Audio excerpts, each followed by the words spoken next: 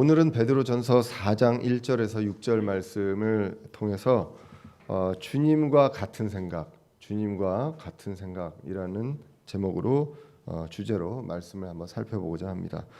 우리가 베드로전서를 읽어가고 있습니다. 베드로전서 강해를 하고 있는데요. 우리가 이제 3장까지 마쳤습니다. 3장까지 전체를 한번 봤으면 좋겠습니다. 우리가 9절 이렇게 왔지만 3장 전체를 보면요. 특히 베드로전서를 전체를 보자면 그리스도의 고난을 이야기하고 있습니다. 그리고 이에 따른 또 크리스찬의 신자의 고난을 이야기를 하고 있습니다. 특별히 이제 베드로전서는 이제 1장 1절에서 우리가 누구인지를 분명하게 밝힙니다. 우리는 나그네라고 합니다. 여기저기 흩어져 있는 나그네다. 이 세상에서 우리가 주인으로서 천년만년 살 것이 아니라 나그네로 잠시 살다가 갈 인생입니다. 그래서 이 세상의 모든 사람들은요 다 나그네인데 두 가지 부류가 있다고 생각을 해보면 될 것 같습니다. 돌아갈 곳을 아는 나그네가 있고요. 그리고 돌아갈 곳을 모르는 그러한 나그네가 있습니다.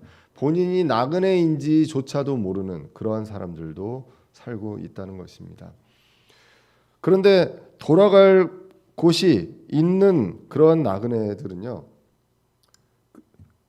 여기가 나그네이기 때문에 여기 있는 곳이 내가 있을 곳이 아니라 일시적으로 있을 곳이기 때문에 사실은 대충 살아도 되지 않느냐라는 생각을 할 수 있지만 그렇지 않고 여기에 나그네로 있게 하신 그 주인의 그 뜻을 따라 정말 열심히 살아가고 있는 그러한 존재라는 것을 우리가 이제 기억을 할 필요가 있습니다.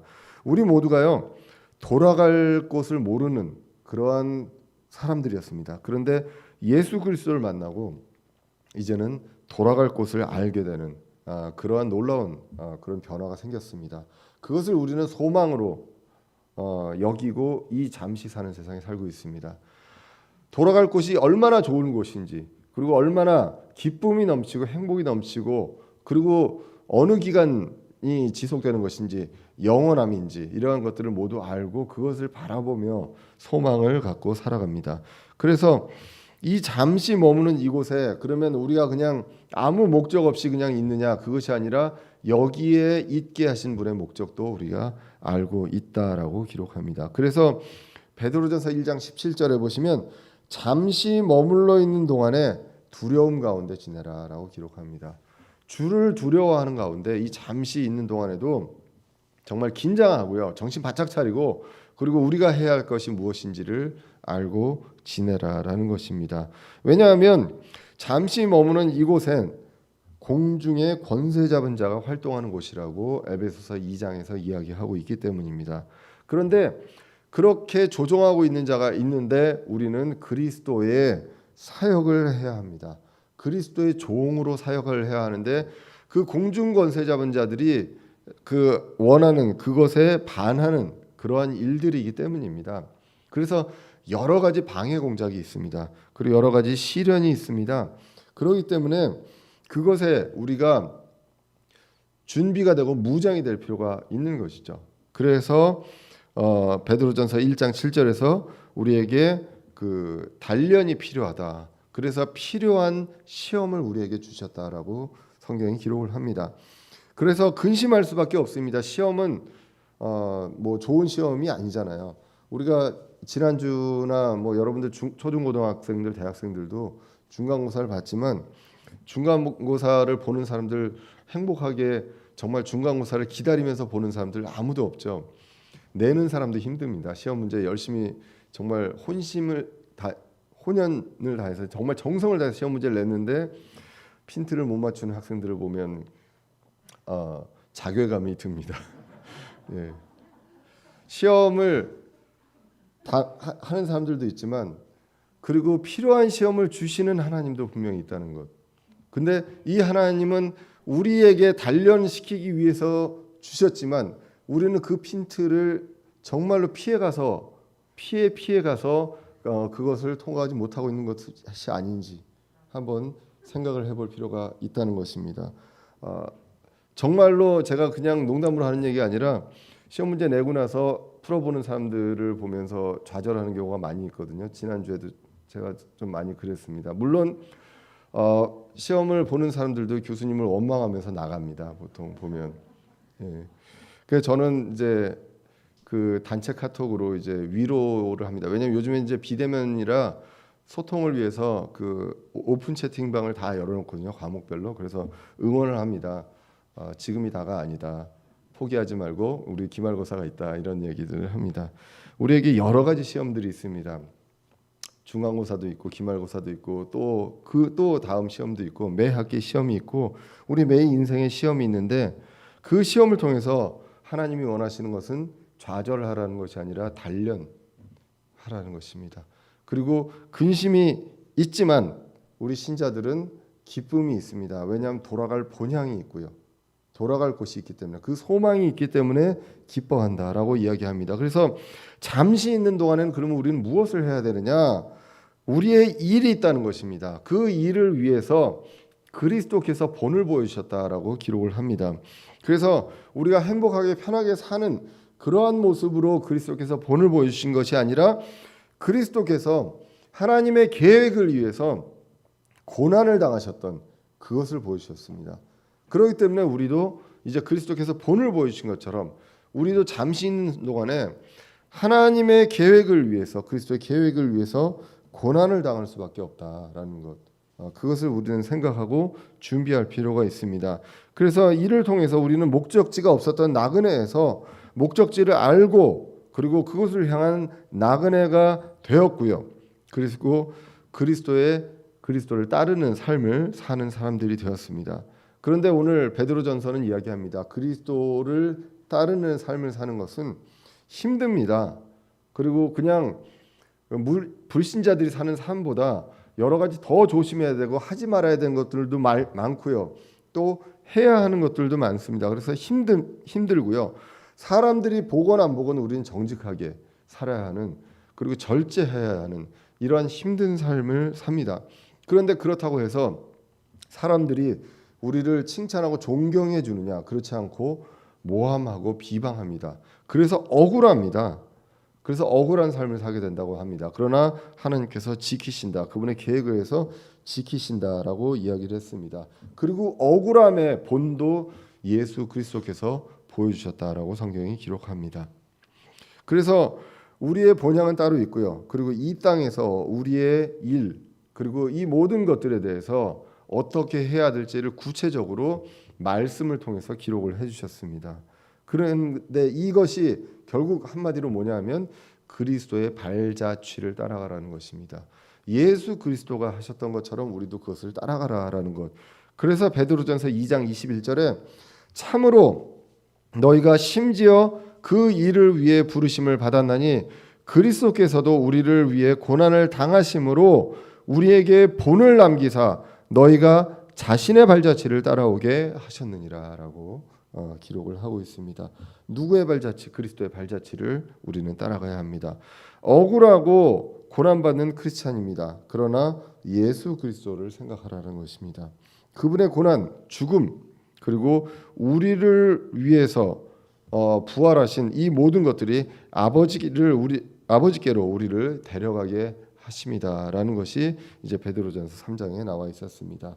이제는 부활하시고 누구보다도 높이심을 받으시고 그리고 존경받는 그리고 찬양받고 그러한 분으로 지금 하나님의 오른편에 계신다라고 성경이 기록하고 있습니다. 그런 이후에 그러므로라고 하면서 오늘 본문이 이제 4장이 기록이 됩니다. 4장 1절에 보시면 그러므로 그리스도께서 우리를 위해 육체 안에서 고난을 당하셨은즉 그와 같이 너희도 같은 생각으로 무장하라. 육체 안에서 고난을 당한 자는 이미 죄를 그쳤나니라고 이제 기록을 하고 있습니다. 3장에서 이제 쭉 보시면 그리스도께서 우리를 위해서 육체 안에서 고난 당하신 것 같이 우리도 이제 고난을 받게 된다라고 기록합니다. 그래서 오늘 본문이 같은 생각으로 무장하라라고 기록을 합니다. 주님과 같은 생각으로 우리는 무장할 필요가 있다. 이 무장한다는 것은 전쟁을 하는 군인들에게 이야기를 하죠. 그리고 방어용 갑옷도 입어야 되지만 공격용 무기도 있어야 되고 모든 것들을 잘 무장해야 합니다. 요즘에는 이제 여러 가지 무게들이 이제 가벼워졌지만 예전에는 이제 군대에서 완전 군장한다고 하면 그 소위 말하면 이제 배보다 배꼽이 더 컸죠. 왜냐하면 완전 군장을 하고 나면 움직이기가 힘들잖아요. 무장을 너무 이제 무겁고 하기 때문에 그 정도로 무장할 것이 많이 있었습니다. 자, 그래서 전쟁을 하는 군인에게 적합한 말이 바로 무장하라라는 것입니다. 하나님의 계획과 하나님의 뜻을 따라서 그리스도의 본을 따라서 그리스도의 발자취를 가야 하는 우리들 마치 군인들 같은 사람들이다라는 것입니다. 그래서 주님과 같은 생각으로 우리 생각이 아니라 주님과 같은 생각으로 무장하라라는 것입니다. 군인이 편한 적은 없습니다. 그 자체가 군대에 간 자체가 힘듭니다. 아무리 편안해졌다고 해도요, 당사자는 힘듭니다. 정말 끊임없이 우리나라에서 역사가 계속되면서 이제 광복 이후에 군대가 창설되고 역사가 계속되면서 변하지 않는 말이 있습니다. 요즘 군대는 편해졌다라는 말입니다. 그런데 그 윗세대는 그 사람한테 또 얘기합니다. 요즘 군대 편해졌다. 그렇게 쭉 해왔고요. 지금도 군대는 계속 편해졌다고 얘기하지만 저희 아들내미한테 얘기하면 나름 힘들었다고 이야기를 합니다. 그리고 이제는 그 다음 한 몇 년 후에 사람들에게 또 이야기를 할 것입니다. 요즘 군대는 편해졌다라고 이야기를 할 것입니다. 그런데 그 당사자들은 늘 힘듭니다. 왜 힘드냐라고 생각을 해보면요, 군대에서 밥도 주고 그리고 휴식도 주고요, 그리고 요즘엔 스마트폰도 하게 합니다. 그래도 사실 힘든 게 뭐냐면 제가 생각해 보면 긴장하는 것입니다. 언제 갑자기 비상 걸려서 나갈지 모르기 때문에 대기를 하고 있어야 하거든요. 우리가 지금 이 삶을 살면서 뭐 집에 불 나는 경우 아니면 우리가 같이 갑자기 나가는 경우들이 거의 없잖아요. 근데 거기서는 갑자기 이제 어떤 그 비상 신호가 떨어지면 그러면 모든 군장하고 이제 밖으로 나가야 하고 이제 여러 가지 그 긴장 속에 살아야 하는 것이 바로 군대입니다. 우리가 보면 지금 이 세상이 크리스찬에게는 영적 전쟁이 있는 군인으로서 무장과 긴장이 있어야 합니다. 그래서 영적 전쟁이 늘 있기 때문에 신자들은 스트레스를 받을 수밖에 없다는 것이죠. 언제 마귀의 공격이 있을지 모르고 언제 고난이 있을지 모른다는 것입니다. 오히려 불신자라면 마귀가 전혀 신경 쓰지 않는 사람이라면 덜할지 모르겠지만 우리는 마귀가 위협적으로 생각하는 그런 존재이기 때문에 우리에게는 늘 그러한 것들이 있고 우리는 긴장할 수밖에 없다는 것입니다. 그래서 에베소서 6장 11절에 보시면 너희가 마귀의 관계들을 능히 대적하며 서기 위해 하나님의 전신갑주를 입으라, 무장하라라고 하는 것입니다. 우리는 살과 피와 맞붙어 싸우지 아니하고 정사들과 권능들과 이 세상 어둠의 치리자들과 높은 처소들에 있는 영적 사악감과 맞붙어 싸우느니라라고 성경이 분명하게 기록합니다. 누구를 대상으로 싸우는지 분명히 기록합니다. 그런데 정말로 이 마귀는 정말 교활해서 누가 마귀인지 어느 상황이 마귀가 인도하고 있는지 자체를 우리가 알기 어렵습니다. 눈에 보이지 않기 때문에 눈에 보이지 않는 그러한 적을 대적하며 살아가기 때문에 우리가 의지할 분은 오직 그리스도다라는 것입니다. 내 힘과 나의 지식과 나의 지혜와 나의 능력과 건강이 아니라 오직 그리스도에 의지하며 하나님의 전신갑주로 무장해야 한다는 것입니다. 그래서 무장하고 마음을 다시 먹으라, 같은 생각으로 그렇게 해야 한다라고 기록합니다. 그리고 오늘 본문 4장 1절의 후반부에 나오는 것이 뭐냐면 우리는 육체 안에서 고난을 당한 자라고 나옵니다. 이 육체 안에서 고난을 당한 자, 예수 그리스도도 육체 안에서 고난을 당하셨다고 했거든요. 그것처럼 육체 안에서 고난을 당한 자는 오늘 그 베드로전서 그 문맥을 보면 구원받은 신자 크리스찬입니다. 자, 그래서 그리스도와 함께 고난을 받은 이 자들이 어떻게 되어 있다라고 기록을 하냐면 이미 죄를 그쳤다라고 기록을 합니다. 왜냐하면 구원을 받았기 때문에 죄의 문제에 대해서 죄들에 대한 사면이 모두 이루어졌기 때문입니다.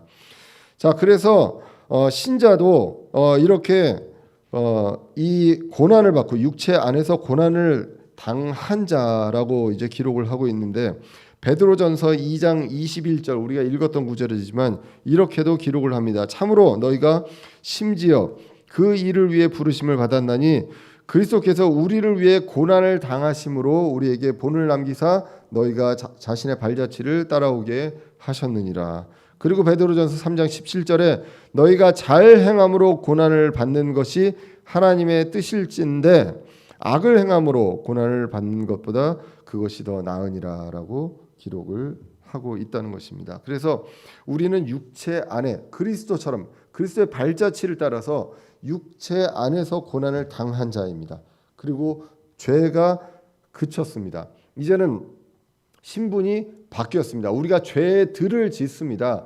우리가 죄를 이어받았고요. 그리고 삶에서 죄들을 짓지만 이 모든 것들에 대해서 예수 그리스도의 십자가를 통해서 해결이 된 그러한 상태라는 것, 그것을 오늘 1절이 이야기를 하고 있습니다. 그러면서 이제 2절로 이어집니다. 그런즉이라고 하면서 그런즉 우리가 육체 안에서 고난을 당한 자로서 죄가 그쳤나니 그런즉 그는 육체 안에서 남은 때를 더 이상 사람들의 정욕에 따라 살지 아니하고 오직 하나님의 뜻에 따라 살아야 하리라라고 기록합니다.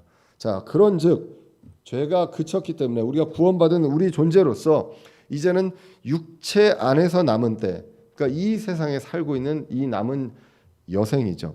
이제 더 이상 사람들의 정욕을 따라 살지 아니하고 오직 하나님의 뜻에 따라 살아야 하리라라고 기록을 하고 있다는 것입니다. 우리가 지금까지는 정욕을 따라 살아왔습니다. 구원받기 이전에 여러분들이 부인하건 인정하든 간에 사람의 정욕을 따라 살아왔었습니다. 그런데 하나님을 만나게 됩니다. 이제 육체 안에 남은 때가 있습니다. 구원받은 이후에 하나님께서 부르실 때까지 남은 그 때 동안에 우리는 어떻게 살아야 하는지 하나님께서 분명하게 말씀하십니다. 하나님의 뜻에 따라 살아야 하느니라라고 기록합니다. 그리스도도 그분의 정욕을 따라 살지 않으셨습니다. 그렇기 때문에 고난받은 자는요, 신자는 무장하고 그리고 우리의 신분과 목적을 기억해야 합니다. 이제 남아있는 삶 동안에는 우리가 어떻게 살아야 하는지 그것에 대해서 성경은 오늘 본문을 통해서 분명하게 이야기합니다. 하나님의 뜻에 따라 살아야 한다라는 것입니다. 하나님의 뜻이 무엇이냐라고 하면 여러분들 개개인을 위해서 개개인의 어떤 인생에서 어떻게 가라라는 그것이 하나님의 뜻이 아니라 하나님의 뜻은 성경에서 말하는 하나님의 뜻은 하나님의 계획을 우리가 이 세상에서 구원받은 자로서 하나님께서 모든 것들을 계획하신 그 계획을 그리스도의 종으로서 순종하며 그것을 따라가는 것입니다. 그래서 성경에서 하나님의 뜻은 굉장히 많이 나옵니다. 여러 가지가 나오지만 오늘은 특별히 그 사람들의 정욕, 내 개인적인 어떤 삶 이거와 반하는 하나님의 계획과 이 모든 어떤 구속 사역과 이런 것들을 위해서 살으라는 그러한 뜻으로 이제 볼 수가 있습니다.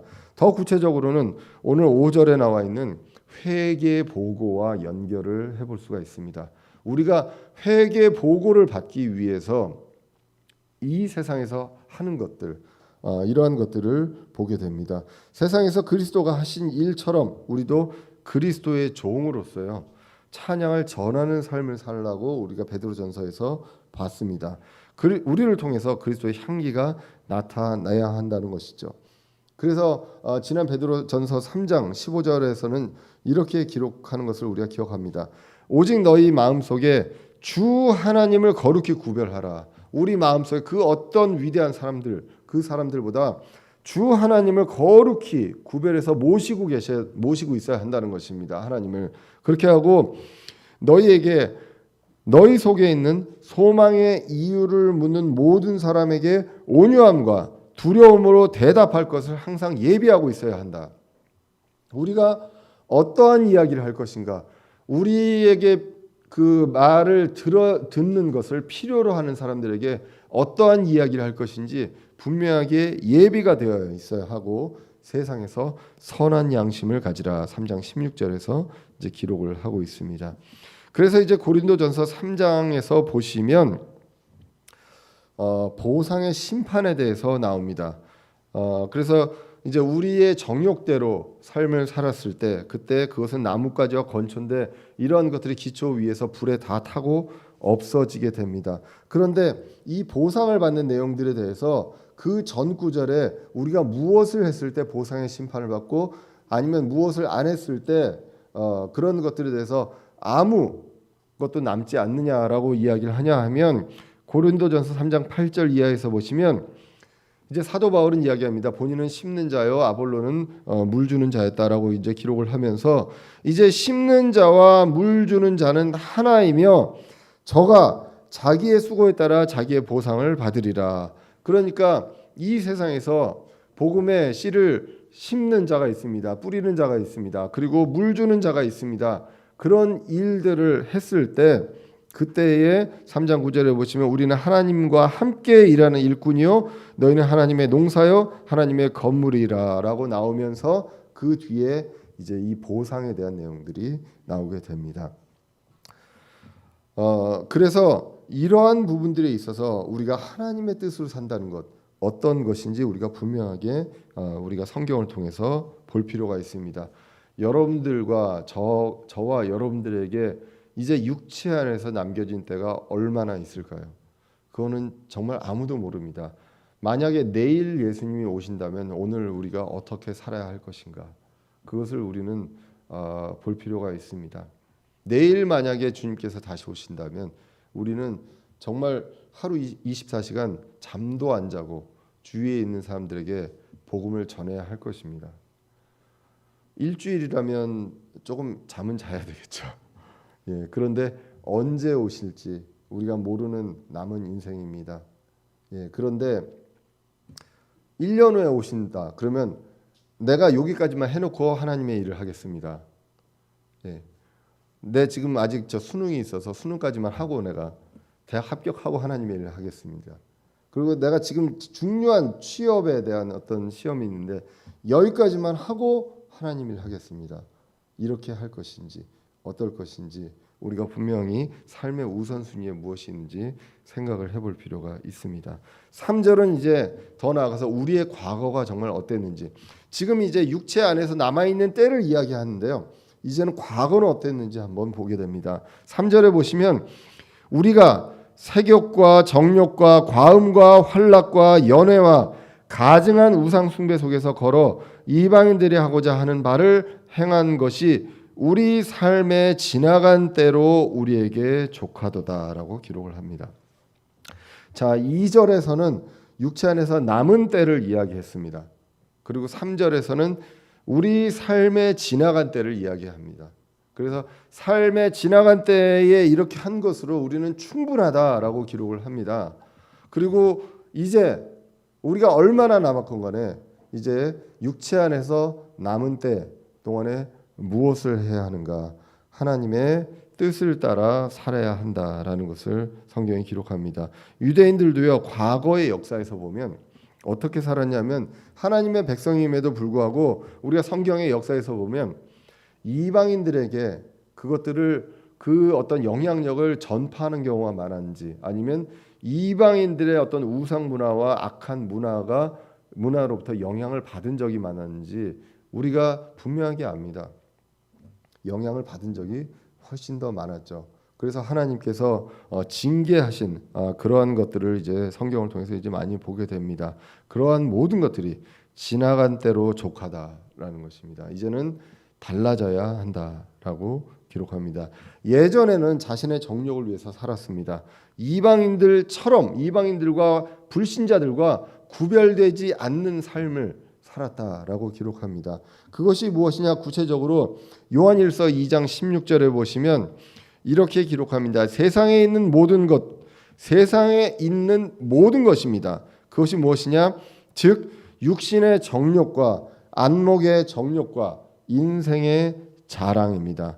그래서 이런 것들은 아버지에게서 나지 아니하고 세상에서 나느니라. 세상도 그것의 정욕도 사라집니다. 왜냐하면 나그네 같은 인생이기 때문입니다. 오직 하나님의 뜻을 행하는 자는 영원토록 거하느니라 라고 성경이 분명히 이야기를 하고 있습니다. 우리도 그리스도처럼 육체 안에서 고난당한 자입니다. 우리도 이제 그렇기 때문에 그리스도께서 보여주신 그 본대로 발자취대로 우리도 이제 그리스도처럼 살아가야 한다는 것입니다. 이렇게 과거를 이제 완전히 벗어버려야 한다는 것입니다. 갈라디아서 5장 24절에 보시면 그리스도께 속한 사람들은 애착들과 정욕들과 함께 육신을 십자가에 못 박았느니라. 갈라디아서 2장 20절에는 내가 그리스도와 함께 십자가에 못 박혀 있으나 그럼에도 불구하고 사노라. 그러나 내가 아니요 그리스도께서 내 안에 사시느니라.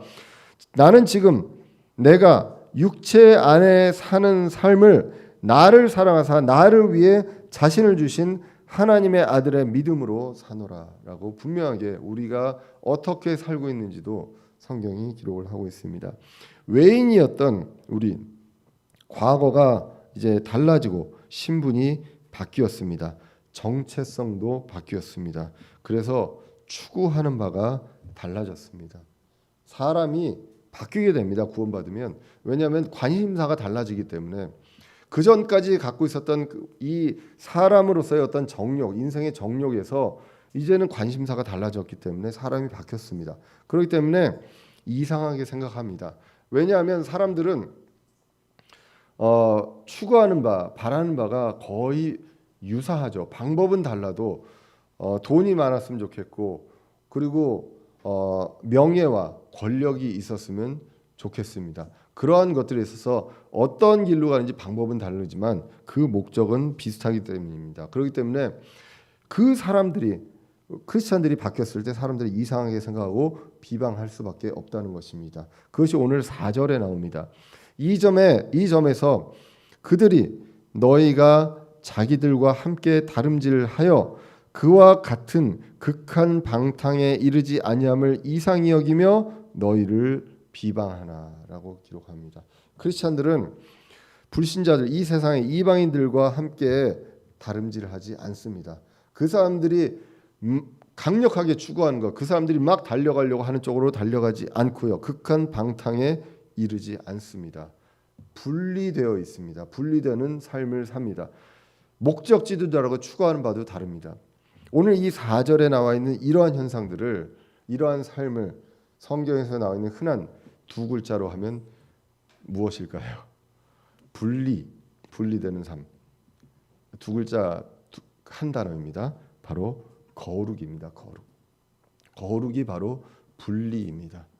그렇기 때문에 사람들이 유행에 이끌려서 젊은 사람들도 지금은 주식을 많이 합니다. 그리고 암호화폐도 많이 삽니다.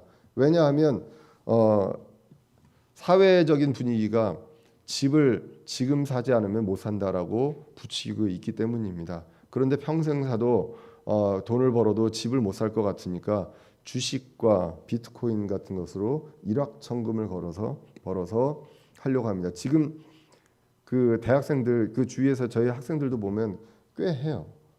꽤 하고 그리고 뭐 이제 뭐 벌었다는 사람도 있고 그리고 뭐 손해 봤다는 사람들도 있습니다. 그런데 정말로 학생으로서 그리고 해야 될 그러한 추구해야 될 일들도 있죠. 크리스찬으로도 있는데도 불구하고 사람들이 이제 유행에 따라 가게 됩니다. 그런데 그 사람들이 함께 다름질해서 가는 그 길이 있는데 우리는 그 길에 관심이 없어요. 그리고 그거 말고 다른 것들을 하면서 행복해하고 기뻐합니다. 그러한 존재가 바로 크리스찬입니다. 그렇기 때문에 사람들은 이상하게 여기고 비방한다라는 것입니다. 베드로전서 1장 15절을 보시면 모든 행실에서 거룩하라고 기록하고요.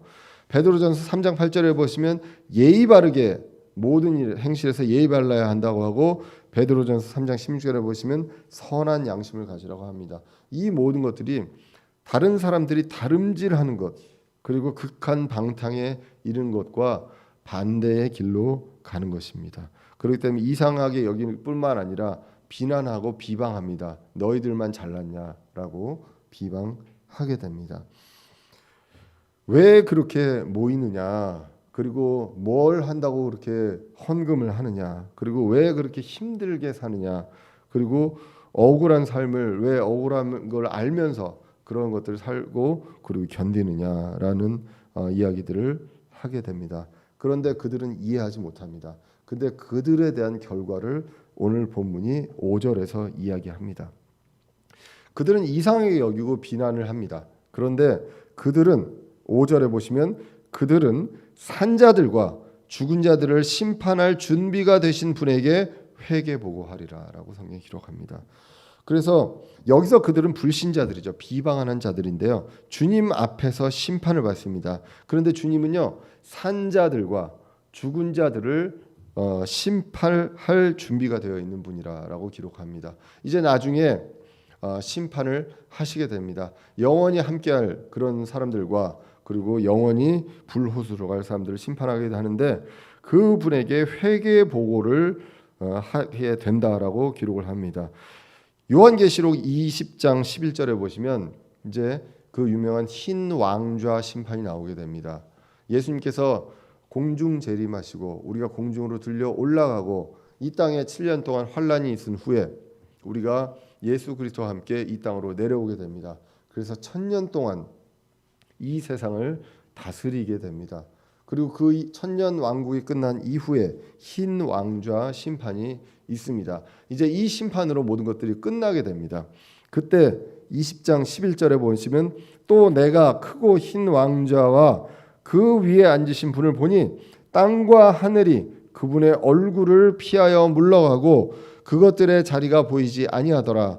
또 내가 보매 죽은 자들이 작은 자나 큰 자나 할 것 없이 하나님 앞에 서 있는데 책들이 펴져 있고 또 다른 책이 펴져 있으니 곧 생명책이라. 죽은 자들이 자기 행위들에 따라 책들에 기록된 그것들에 근거하여 심판을 받았더라라고 기록합니다.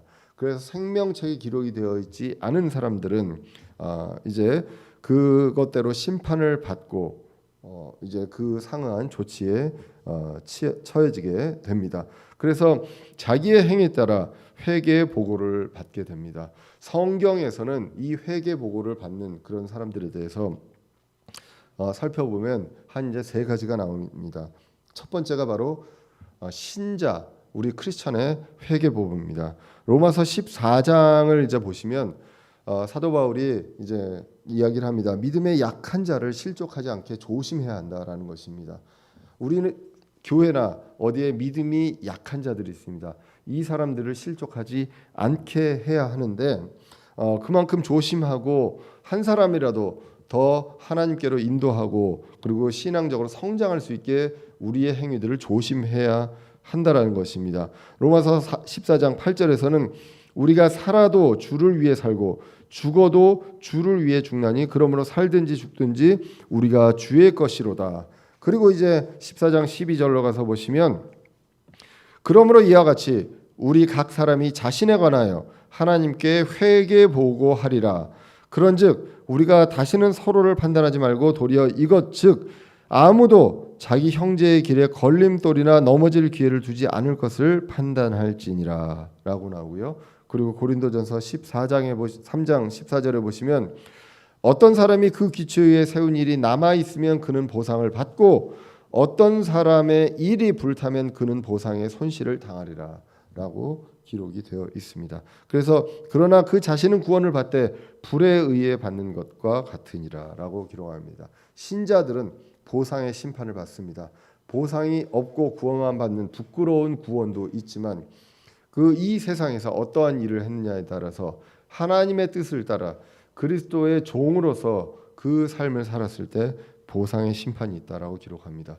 그리고 두 번째가 목회자의 회개 보고가 있습니다. 첫 번째가 신자의 회개 보고라면 두 번째는 목회자의 회개 보고입니다. 히브리서 13장 17절에 보시면 너희를 다스리는 자들에게 순종하고 복종하라. 그들은 마치 자기가 회개 보고할 자인 것 같이 너희 혼을 위해 깨어 있나니 그들이 기쁨으로 그것을 하게 하고 근심으로 하게 하지 말라. 그것은 너희에게 유익을 주지 못하니라라고 기록합니다. 그래서 목회자들은 이제 회개 보고를 주님께 합니다. 그 사역을 통해서 회개 보고를 하게 된다는 것입니다. 그래서 기쁨으로 하게 해야 한다는 것입니다. 혼을 위해서 깨어 있기 때문에 기쁨으로 해야 하고 근심하게 하지 말라는 것입니다. 근심하게 했을 때는 성도들에게 그 유익을 주지 못한다라고 기록을 하고 있습니다. 그리고 이제 세 번째로 불신자의 회개 보고가 나옵니다. 그게 바로 오늘 본문입니다. 이 본문 불신자의 회개 보고는 앞에 두 회개 보고와는 달리 보상이 없습니다. 그리고 요한계시록 20장 14절에 보시면 불호수로 떨어지게 됩니다. 그리고 이것이 바로 둘째 사망입니다. 모두가 다 회개 보고를 한다는 것입니다. 신자와 불신자 모두 다 회개 보고를 하게 됩니다. 산자와 죽은 자를 심판하고 회개 보고가 있습니다.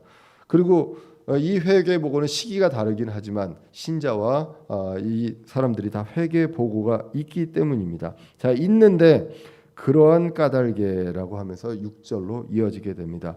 이런 까닭에 죽어 있는 자들에게도, 죽은 자가 아니라 죽어 있는 자들에게도 복음이 선포되었나니 이것은 그들이 육신으로는 사람들을 따라 심판을 받으나 영으로는 하나님을 따라 살게 하려 함이라라고 기록합니다. 오늘 본문 이제 5절에서 나온 산자와 죽은 자는요, 구원받은 자와 구원받지 못한 자입니다. 그렇기 때문에 영적으로 산자와 영적으로 죽은 자가 맞습니다. 그런데 오늘 6절을 보시면 죽어 있는 자들에게도 복음이 선포되었나니 이것은 그들이 육신으로는 사람을 따라 심판을 받으나 영으로는 하나님을 따라 살게 하려 함이라. 여기에서 보면 육신으로 사람들을 따라 심판을 받았다. 이게 이제 육신으로 죽었다는 이야기를 하게 됩니다. 그래서 여기서 죽어 있는 자는 어떠한 것인지 우리가 생각을 해볼 필요가 있습니다. 죽어 있는 자들입니다. 죽어 있는 자들에게도 복음이 선포되었다라는 구절입니다. 이것이 또 지난번 베드로전서 3장 19절과 함께 이제 난해 구절로 여겨지고 캐톨릭에서 이제 오역하고 있는, 대표적으로 오역하고 있는 구절입니다. 연옥으로 이제 캐톨릭에서는 이제 3장 19절에 감옥에 있는 영, 그리고 여기 있는 죽어 있는 자들로 함께 구원이 그 두 번째 기회가 있다는 것입니다. 한 번 죽고 나서 예수님을 믿지 않고 죽어도 한 번 더 기회가 있다라는 구절로 쓰게 됩니다. 자, 그런데 우리가 지난주에 설명드렸듯이 베드로전서 3장 19절에 감옥에 있는 영들에게 선포한 것은 그냥 선포였습니다. 선언이었습니다. 승리를 선언했다. 예수님께서 십자가에서 죽으시고 부활하신 다음에 부활하신 그 3일 동안에 지하로 내려가셔서 그래서 땅에서 그 감옥에 갇혀 있던 영, 타락한 천사들이 있는 그곳에 가서 십자가에서 패배한 것이 아니라 십자가에서 그리스도가 승리하셨던 그 승리를 선언했다라고 이야기를 했고요. 오늘 본문은 그와 달라져서 복음이 선포되었다라고 기록합니다. 복음을 선포했다고 분명하게 이야기를 합니다. 그렇기 때문에 예수님께서 복음을 선포하셨는데 죽어 있는 자들에게 선포하셨다라고 기록합니다. 여기에 있는 해석들이 이제 그 어떤 것들이 있냐면 우리 이제 그 소위 말하는 개신교라고 하죠. 우리 그 기독교에서 있는 그 이제 독립침례교회가 아닌 그런 이제 기성교회에서 하는 해석 중에 그 다수는 무엇이냐 하면 죽어 있는 자는 영적으로 죽은 자들. 아까 이제 5절과 함께 이어서 영적으로 죽은 자들이라는 것입니다. 자, 그래서 영적으로 죽은 자들, 죽어 있는 자들에게 복음이 선포되었다라는 것인데, 그러면 이 하나님의 복음은요, 이 땅에 영적으로 죽어 있는 자들에게 당연히 선포되는 것입니다. 그런데 오늘 본문은 영어 성경에서 also가 나오고요, 여기서도 죽어 있는 자들에게 도라고 나옵니다. 그래서 이들에게도 역시 복음이 선포되었다라고 기록이 되어 있거든요. 그래서 불신자들에게, 이 세상의 불신자들에게 우선적으로 복음이 선포되는 거, 이거와 다른 의미로 분명히 쓰였습니다. 그래서 영으로는 하나님을 따라 살게 하려 합니다라는 내용으로 이어지는데, 이 복음 선포가 과연 영적으로 죽은 자들에게 한 것이냐라는 것들에 대해서는 우리가 그러면 죽은 자들에게 도라면 그 다음에 누구에게 선포되는 것이냐라는 것들은 의문이 있게 됩니다. 그리고 아까 이제 6절 후반부에서 이야기했듯이 육신으로는 사람을 따라 심판을 받으나 이것은 죽음을 이야기하죠. 그래서 이 심판을 받고 이게 죽음을 육체적으로 죽음을 받으나 죽으나 그러나 영적으로 하나님을 따르게 된다. 이것을 이제 분리해서 얘기한 6절을 봤을 때 이제 타당하지 않다라고 이제 보여집니다. 그리고 이제 두 번째가 연옥에 있는 불신자들이다라는 것. 그 이제 캐톨릭의 해석입니다. 그런데 성경은 분명히 얘기합니다. 단 한 번이라고 이야기를 합니다. 히브리서 9장 27절에 보시면 한 번 죽는 것은 사람들에게 정해진 것이요 이것 뒤에는 심판이 있다라고 기록합니다. 그 이후에 여러 가지 다른 기회가 주어지거나 이런 내용들이 나와 있지 않습니다. 그리고 복음은 주로 땅에 있는 자들에게 선포가 되어 있었습니다. 자, 그래서 이렇게 이제 연옥의 구절 이런 것들은 성경의 전체 단 한 번, 그 이후에 심판이 있는 것과는 반하는 그런 구절입니다. 그러면 이제 세 번째로 어떻게 볼 수 있느냐? 죽어 있는 자들은 진짜로 죽은 사람들입니다. 그런데 구원받은 사람들입니다. 그럼 구원받은 사람들 중에 죽어 있는 자들 어떻게 해석할 수 있겠습니까? 첫 번째는 이제 독립침례교회 이제 해석 중에 당시에 구원받고 죽은 자들을 이야기를 한다고 합니다. 그래서 살아 있을 때 복음을 들은 사람들도 있을 수 있습니다. 당시에 구원받고 죽은 자들 그런데 죽기 전에 복음을 듣고 죽은 자들이라고 해석할 수도 있습니다. 그렇지만 다른 해석이 있는데 이 해석이 조금 더 구체적이고 우리가 좀 더 합리적인 것으로 이제 보여집니다. 피터 러크만 목사님의 주석에서도 나오는데요. 구약의 성도들이다라고 기록을 합니다. 예수님께서 지하에 내려가셨는데요. 감옥에 있는 영들, 타락한 천사들에게 승리를 선언하셨습니다. 그리고 또 누구를 만나셨을까요?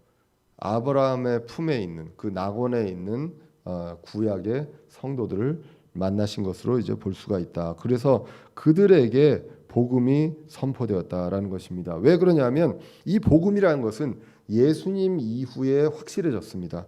그래서 우리가 베드로전서 1장에서도 보지만 구약의 대언자들이 열심히 공부해야 알 수가 있었습니다. 그런데 그들에게 하나님을 믿음으로 구원받았습니다. 그런데 그들에게 예수님의 십자가를 통한 이 구원에 대한 복음을 다시 한번 이제 선포하셨다는 것, 그것으로 이제 해석되기도 합니다. 히브리서 11장 13절에 보시면 구약의 믿음의 사람들이 어떻게 죽었다고 했냐면 그들은 다 믿음 안에서 죽었습니다. 믿음 안에서 죽었으며 약속하신 것을 받지 못하였으되 멀리서 그것들을 보고 확신하며 끌어안았고 또 땅에서는 자기들이 나그네요 순례자라고 고백하였다라고 기록을 하고 있습니다. 그들은 하나님을 믿고요. 그리고 약속한 것을 받지 못하였으되 그것을 확신하며 끌어안고 죽어서 그 낙원에 아브라함의 품에 가 있었던 것입니다. 그래서 예수님은 지하로 가셔서 감옥에 있는 영들에게 승리를 선포하시고 그리고 아브라함의 품 누가복음 16장 22절에 나와 있던 부자와 나사로의 비유에서 나왔던 그 나사로의 예에서 나왔던 아브라함의 품과 그리고 예수님께서 말씀하셨던 그 낙원 누가복음 23장 43절에 나왔던 그 낙원에 있었던 구약 성도들에게 분명한 선명한 복음을 선포하시고 그리고 이들을 데리고 하늘로 셋째 하늘로 올라가셨다라는 것입니다. 에베소서 4장 8절에 보시면 그러므로 그분께서 이르시기를 그분께서 높은 곳으로 올라가실 때에 포로로 잡힌 자들을 포로로 이끄시고 사람들에게 선물들을 주셨도다 하시느니라. 이제 그분께서 올라가셨은즉 그것은 곧 그분께서 또한 먼저 땅의 더 낮은 부분들로 내려가신 것이 아니면 무엇이냐라고 분명하게 기록을 하고 있다는 것입니다. 예수님께서 올라가시기 전에 땅의 낮은 곳으로 분명하게 내려가셔서 감옥에 있는 영들에게 승리를 선포하시고 아브라함의 품에 있는 구약 성도들에게 복음을 선포하시고 그들을 데리고 올라가셨다라고 이제 성경을 통해서 이제 우리가 해석을 할 수가 있습니다. 그래서 하나님 그리고 그리스도를 통해서 고난을 받고 심판을 받았습니다. 육신은 그렇게 죽었지만 사람을 통해서 사람한테 심판을 받고 죽었지만 영으로는 하나님을 따라 살게 하려 합니다라고 이제 오늘 본문 전체가 이야기합니다. 베드로전서 3장 19절도 그렇고 베드로전서 4장 6절도 그렇고 원래는 뭘 얘기하려고 하냐면 크리스찬의 하나님께 그리스도의 그 고난의 삶을 살고 그리고 보상을 받는 이 내용을 이야기하면서 그 다른 존재들 불신자들과 함께 구분하는 그러한 내용들을 이야기하면서 예를 들어서 말씀을 하신 것입니다. 그래서 이제 산자들인데 죽어 있는 자들이지만 산자들과 죽은 자들에서는 산자 있는 자들로서 이제 올라가셨다라고 이제 성경을 통해서 이제 우리가 볼 수가 있습니다. 오늘 본문은요 이제 무엇을 말씀하고 있습니까? 먼저 무장하라라고 기록을 했습니다. 그리스도와 같은 생각으로 무장해야 됩니다. 그리스도와 같은 생각으로 우리가 전쟁을 해야 될 대상이 누구인지 그리고 무엇을 추구해야 되는지를 분명히 알고 무장해야 합니다. 그래서 하나님의 뜻에 살으라라고 기록합니다. 세상에서 이방인이 걷던 길이 아닌 그리스도의 발자취를 따르라는 것입니다. 그렇기 때문에 지금부터 남아있는 이때 동안에 우리는 180도 달라진 삶을 살게 됩니다. 사람들이 비방하고 이상하게 여기지만 그거에 개의치 않고 주님 가신 길을 우리는 가게 됩니다. 결국 그리스도가 본이 되고 그분의 가신 길을 그분의 발자취를 따라가게 됩니다. 그리스도와 같은 생각으로 그리고 종으로서 그리스도의 종으로서 그 종의 사역을 예수 그리스도께서 이 땅에 오셔서 종으로서 사역하신 것처럼 우리도 종으로 사역하는 그 길을 간다는 것입니다. 편안한 삶을 추구하고요. 그것들을 기대하는 것이 아니라 이 땅에 있는 것 자체가 전쟁이다. 그리고 나그네로 살아가고 있다는 것을 잊지 말고 고난이 있다는 것 그것이 당연하다는 것을 기억하고서 무장할 필요가 있다는 것입니다. 그분과 같은 생각으로 우리 이제 얼마 남아있는지 모르지만 남아있는 우리의 인생에 무장을 하고요. 그 우선순위 그 추구해야 될 것을 정말 긴장하고 정신 바짝 차리고 추구하는 그러한 저와 여러분들 되셔야 하겠습니다. 기도하겠습니다.